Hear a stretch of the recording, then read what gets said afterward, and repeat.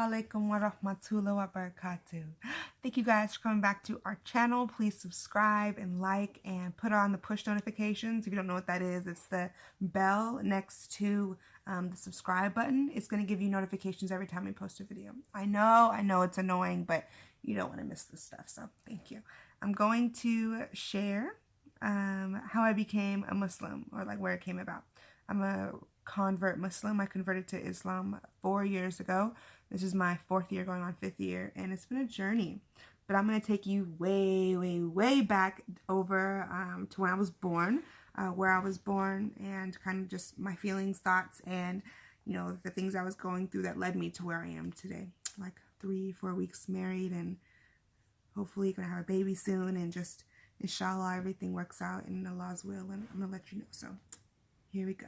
It's like my 10th time recording this too. Like, I can't even tell you. Like, I just want to get this out. It's the last time. If I mess up, I'm just going to keep going. Even if my husband talks in the background, I'm just going to keep going. So bear with me. So I was born in April of 1994. And I was born in South Dakota, Sioux Falls, South Dakota, in a very Lutheran household. My mother, she taught me very young to believe in Jesus Christ and to follow Christianity, and to know that if I don't make the right decisions, I'll go to hellfire. So from a very young age, for as long as I can remember,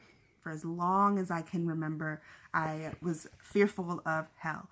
So growing up, I always felt kind of just fearful of my actions and what things could happen. Another thing that influenced me really largely was TV.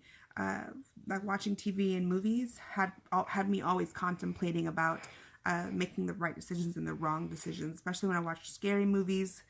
Man, I don't like scary movies till this day for that same reason. Like, I don't like the idea of bad jinns or bad angels or demons and shit. Like, that does not make me feel good. Astaghfirullah, excuse my language. Don't like that stuff. So very scared growing up. Another thing that really influenced me, astaghfirullah, I pray that this reaches the best places in all ways, inshallah.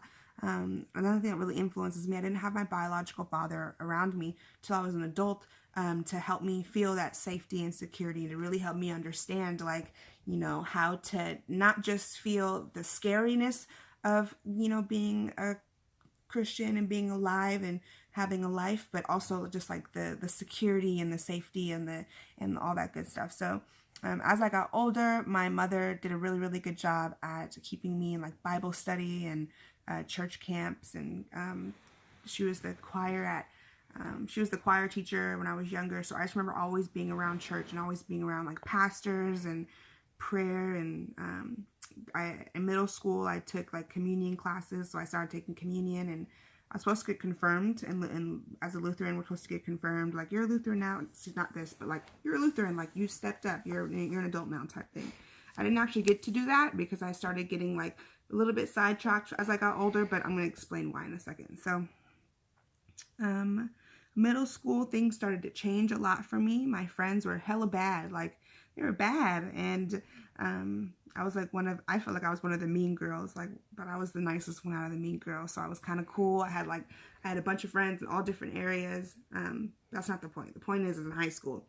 In high school, it was really much harder for me.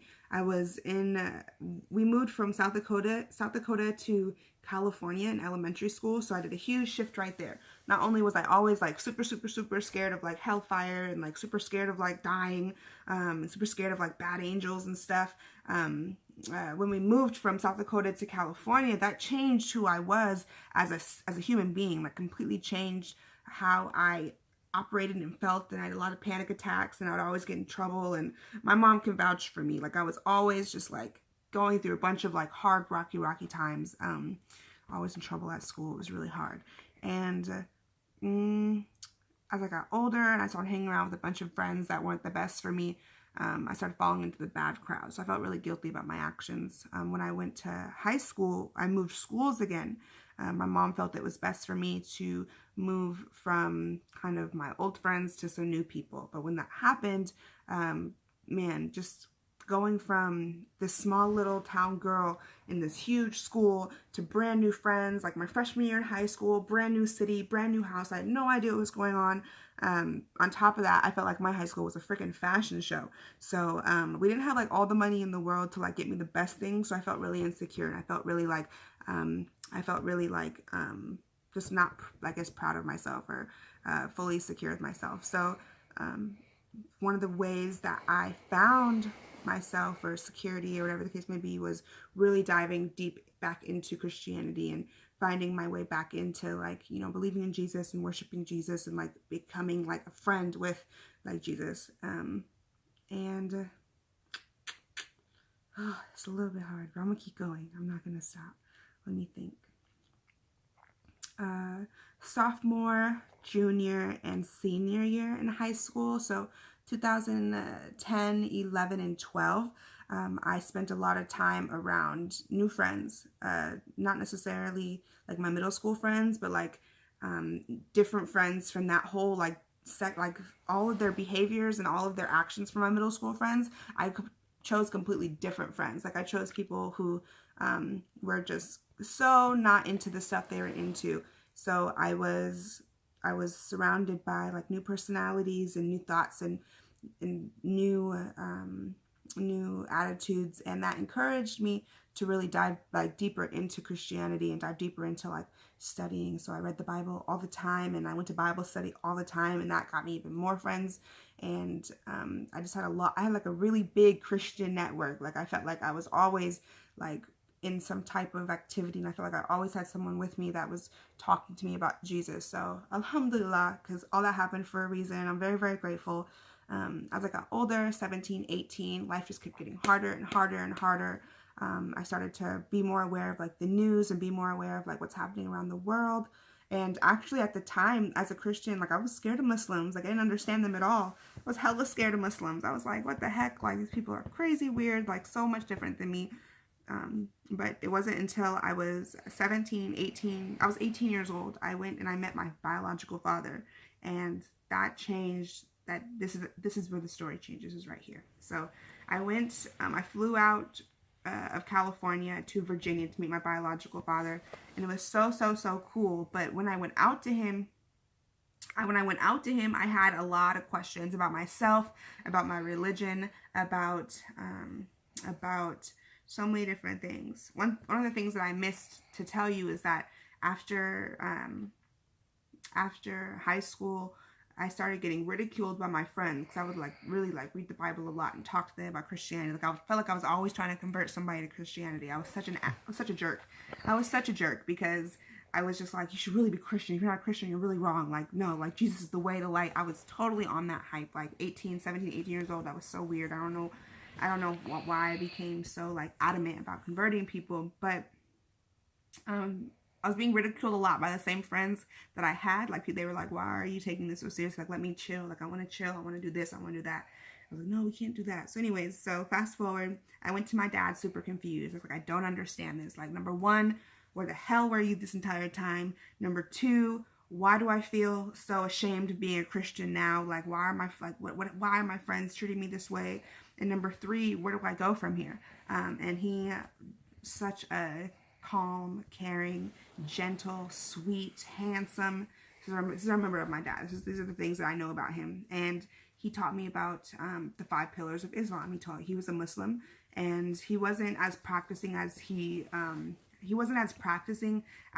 wanted to be. I remember him explaining that to me, but he was practicing enough to where I was able to see the life of a Muslim. And he was such a peaceful person that I was like, wow, this is like so sweet. So when I think of Islam, I think of peace because of my father. It's just the way that his demeanor is. He's so gentle, and he's so like soft hearted, and he never raises his voice, he never cusses, and so when I think of Islam, I think of him.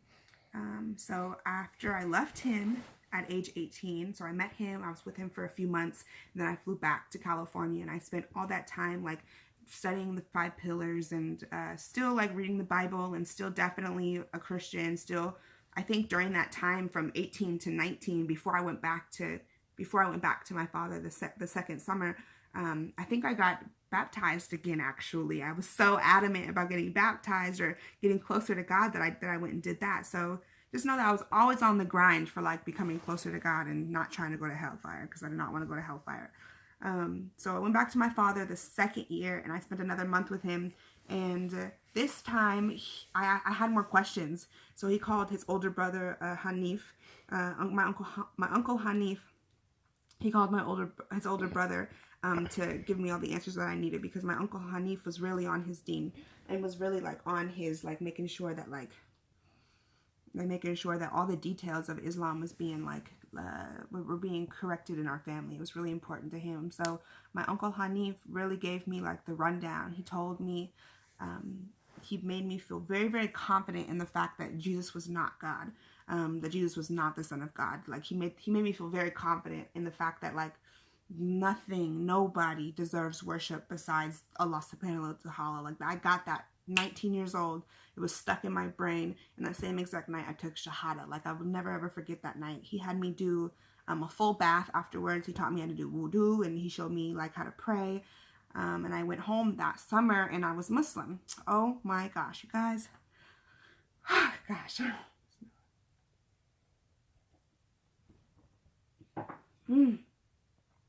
Coming home as a Muslim to an all-Christian family, all Christian friends, was literally the most isolating thing I could have ever done for myself. I thought moving from one city to another city my freshman year in high school was hard. Becoming a Muslim was so hard. I knew I had fear of Allah in my heart. I knew I had fear of the hellfire in my heart. Like I still feel it to this very day. The same feeling from when I was a little girl. I have the same feeling now. So I know I'm on the right path, because who I was then is who I am now. But feeling so isolated from everybody was so hard. But that drove me closer to following my religion. And I remember when I was practicing Christianity, when Jesus Christ, he is a prophet. Now I know he's a prophet. Oh. Sorry, my husband is a terrible cameraman. SubhanAllah. SubhanAllah. Okay, thank you. Alhamdulillah. What was my point? I'm glad you did that though, because I was making a very strong point. I started off saying like the Prophet Muhammad. Now I know the Prophet Jesus. Now I know he's a prophet, but back then I was like savior of the world type thing. When I was like reading the Bible, I read that all of Jesus's like all of his like community and his companions, like they all stopped believing in like him. They were very like mean to him, and they ridiculed him. They were ruthless. They killed him on the cross. Like not his followers, not his companions, but the non-followers, the non-believers. They were super mean to him. And that was one of those things that kind of like stuck me through when I first came back to California from Virginia, after converting to Islam. Like that really like stayed in my heart. Like, yes, I'm doing the right thing. Same thing happened to Jesus, except not the same level.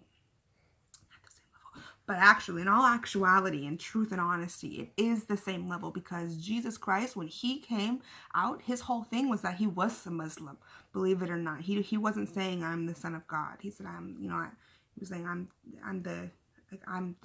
follow me to God, like come through me to God. He was never saying I'm the Son of God. So he was a Muslim. But Jesus Christ, like the Prophet Jesus, was definitely a Muslim. So I was doing dang near the same thing. So I spent the next year after becoming a Muslim going through all these changes. Everything that I thought was true was not true. Another thing that really like shook me up was this whole notion of being African American. My mother is white, my father is black, so not being around my black father and then going to meet him and then realizing he's this phenomenal man, and having a family out there that loves me more than like freaking water and food, like it's crazy. So I was totally shocked. I had a huge like culture shock to Islam. I couldn't believe the things that I thought were not cool were cool. So for example, the hijab or being modest. I thought it was so weird. I was like, why are they wearing the niqab and why are they wearing hijabs? But now it's something that I was doing, and doing it in my own home was hard. So it's been 4 years. It's been 5 years. So 18, 19, 20, 21, 22, 23. It's been 5 years since I converted to Islam. Since I met my father, and then 4 years since I've converted to Islam, and best decision I ever could have made. I would never ever take it back. The first 2 years were very hard, but these last 2 years were a lot easier. I finally just stopped caring about other people's opinions, and I finally stopped giving effort into trying to convince the world that Islam is the light and Islam is this, and now I just worry about it myself. So I made the decision to get married to complete my deen. Honestly, guys, like, I didn't consult with my family very much. I kind of just did it. I consulted with my creator. I knew I wanted to be married, like, from a very, very young age, like 12 years old, 13 years old. I knew I wanted kids from like 9 years old, 8 years old, like super, super young. But as an adult, once I hit 23, I was like, I'm doing pretty well. I'm a Muslim for 4 years. Like, this is such a great thing for me that I just totally went all the way in, dived all the way in. I called my Uncle Hanif, the same one that gave me my Shahada, and I told him I wanted to get married to a man I barely knew. So I told my uncle, please ask him the correct questions. And my uncle, he felt like the best questions were to ask him about Deen. He really didn't ask him, who are you? What's your life like? What you been like? No, it was more like, where is Allah subhanahu wa ta'ala, and who's the Prophet Muhammad, and who are his best companions, and what is Islam? What are the 5 pillars of Islam? So my whole relationship with my husband is all based off of the 5 pillars of Islam, and the whole point of getting married is to go to Jannah. Like, we understand that we're only going to be here for 70, 80, 90 years, inshallah, if we get that much. The whole purpose of our marriage is based off the fact that we're trying to get each other into paradise. And this is something that I've wanted since I was a little girl. Like I said, like, my mom gave me the heart to fear God. So now that I'm an adult, I'm just practicing it. I'm practicing that. I fear God. I fear hell. So I got married to protect myself. I stopped doing, I stopped zina. I stopped being in a relationship before I was married. Like, having a boyfriend was nothing compared to this now. This is the best thing I've ever done in my life. This is better than, like, all the amusement parks, all the best meals, all of my favorite people, all the relationships that I've had. Being married is definitely the best value relationship that I have, simply because I know this one is going to, inshallah, get me into paradise and make the punishment of the grave very, very easy for me. I've learned so much about Islam, and I've learned so much about life. I definitely couldn't comprehend what was going to happen to us when we die. It was such a weird concept to me. I was like, what the heck do you mean? Like, we go into the grave, and Islam and the Quran. And if you didn't know, like, Muslims don't just read the Quran. That's not their only book. We also read the Torah, which is like the first, testament of the child. I believe testament is the right word. So you have the First Testament, Second Testament. No. It's the first 5 books of the... And that's, so what's it called? Like, when the Bible changes from, like, one of them is the Old Testament, one of them is the New Testament. Cool, Testament. But it's not the whole thing, though. It's not the whole Testament, it's just the first chapter. So the Torah. So there are parts of the Bible that we definitely believe in, and we definitely know who Jesus is. And there's so many things that, like, my family's still trying to understand. And I had someone the other day come to me. I don't even know who it was. They were just like, Muslims beat their wives, and they don't believe in Jesus, and they worship the devil. I'm like, what the hell? The only people that worship the devil, what kind of Muslims are they, baby? I don't know if they worship the devil, but they for surely be. It look like some devil worship, though. Them Sufis, they ain't. If you're a Sufi Muslim, you're not a Muslim. You're not a Muslim. If you're a Sufi Muslim and you're not following the Prophet Muhammad sallallahu alaihi wasallam, you're not practicing Islam correctly. Stop that stuff right away. I don't care what you think. I stand very firmly on that. I'm not going to go to war with you. I'm not going to fight you. But if you come to war with me, of course, I got to fight you. It's my right as a Muslim. Definitely, Islam changed so much about me. If you have any questions, anytime, anyone in the world can email me, Sunnah, SUNNAH, 4 Allah, ALLAH, @gmail.com. Sunnah4Allah@gmail.com. If I don't have an answer, which I probably won't even give you any answers, I'll guide you to the Quran. Me and my husband will look it up, and we'll guide you to the Quran. I'll never, ever, ever give you an answer for myself. I'll just tell you about what happened to me in my life. I do know people. I definitely know some really, really, really passionate Muslims that spend a lot of their time reading the Quran, way more than me, way more than me. So they'll definitely have answers. There's so many things. If you have questions about death, the afterlife, punishment of the grave, how to behave yourself on this planet, we have to pray 5 times a day. It's Allah's right over us. He gave us life. It's our right over us. His right over us. Huh? You said it's his right over us. You said it's our right over us. Oh, it's his right over us. It's Allah's right over us. Definitely. So just, I'm going to have to make another video. I want to keep going, but I don't want to take it too long. How long is it right now? 20 minutes. This is the longest Hoodlum the Muslim in history. I'm embarrassed. That's funny. You guys, thank you so much for watching. Please like, subscribe. Sorry it was so long, but I hope you enjoyed it. Email me, please, sunnahforallah@gmail.com. Sisters only. No, I'm saying. Unless you want a wife, then I'm gonna find you a wife for sure. No, if you email my wife, then I'm gonna get answered all the questions. Nah, she gave y'all my email address anyway, so I don't know why he does too much. Assalamu alaikum wa rahmatullahi wa barakatuh.